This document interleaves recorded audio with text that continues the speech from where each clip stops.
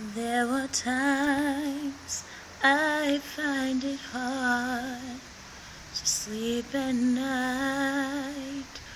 We are living through such troubled times, and every child that reaches out for someone to hold, for one moment they become my own.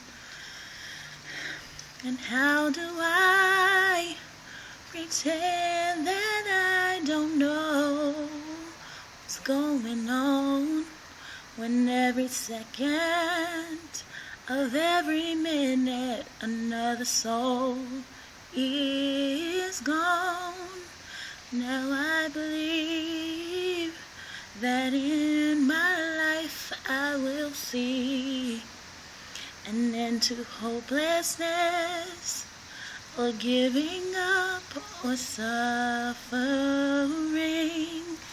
if we all stand together this one time, and no one will get left behind. Stand up for life, stand up for love.